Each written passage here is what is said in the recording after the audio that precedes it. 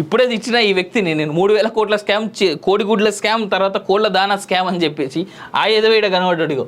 నా పనితీరు నచ్చితేనే ఓటేయింది. 5 ఏళ్లలో ఎన్నో అభివృద్ధి పనులు చేశా. 5 ఏళ్లలో నువ్వు ఆంజనేయ స్వామి గుడి మింగినవురా వారి. ఆంజనేయ స్వామి గుడి మింగినవు నువ్వు. 300 కోట్ల స్కామ్ దగ్గర నుంచి అది 5,000 కోట్ల స్కామ్ అయింది. అలా ఆంజనేయ స్వామి గుడి ల్యాండ్ ఏదైతే ఈ రంజిత్ రెడ్డి మింగిండో అది 5,000 కోట్ల స్కామ్. అది నేను చెప్తున్నా కదా. దీంట్లో ఈ స్కామ్లో కేటీఆర్ కూడా ఉన్నాడు.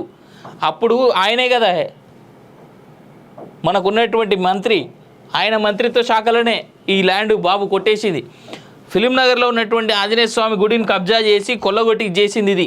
అసలు యాక్చువల్గా ఆ ల్యాండ్ కూడా ఇచ్చింది దేనికి?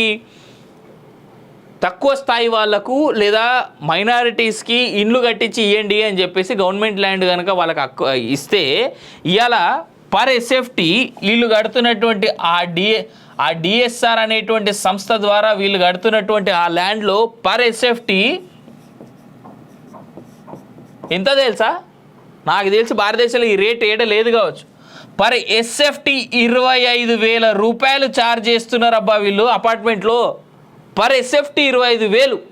ఆంజనేయ స్వామి గుడి కూలగొట్టి చేస్తున్నటువంటి ఈ కన్స్ట్రక్షన్లో 25,000 పర్ ఎస్ఎఫ్టీకి వీడు కడుతున్నటువంటి బిల్డింగ్స్ అయ్యి కోట్ల కేసు నడుస్తుంది. అది 100 ఏళ్ల చరిత్ర కలిగినటువంటి ఆంజనేయ స్వామిని గుడి కూలగొట్టి పక్కనున్నటువంటి చెరువును కబ్జా చేసి నాశనం చేసి కడుతున్నటువంటి ల్యాండ్లో కడుతున్నటువంటి బిల్డింగ్స్ అవి డిఎస్ఆర్ వాళ్ళు.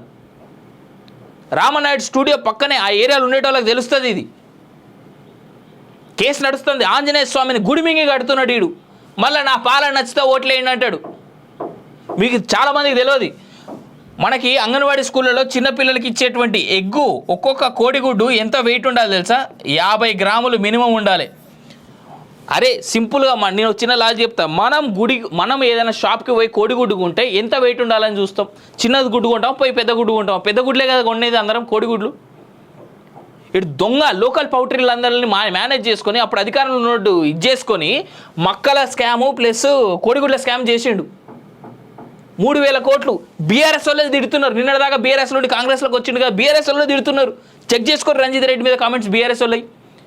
ఆడు మక్కల దొంగ, ఆడు కోళ్ళ దానా స్కామ్ చేసిండు, కోళ్ళ స్కామ్ చేసిండు అని చెప్పేసి ఇసోటోడు వచ్చి 5 ఏళ్ళలో ఎన్నో అభివృద్ధి పనులు చేసినా నేను చేసిన పనులు వస్తే నాకు ఓటేయండి అని అంటుండు. మొన్న ఇతనే చెప్పినటువంటి మాట ఏం తెలుసా? రంజిత్ రెడ్డి చెప్పిన మాట, 4 లక్షల ఓటర్లు ముస్లింలే ఉన్నారు నా ఏరియాలో, వాళ్ళందరూ నాకే ఓటేస్తారని అన్నాడు. అంటే వీనికి హిందూ ఓటర్లు అవసరం లేదా? చేవెళ్ళ ప్రజలలా ఆలోచించుకోండి, మీరు ఎవరికి ఓటేయాలనుకుంటున్నారో. ప్రజలంతా ఆలోచించి ఎన్నికల్లో ఓట్లేయాలి.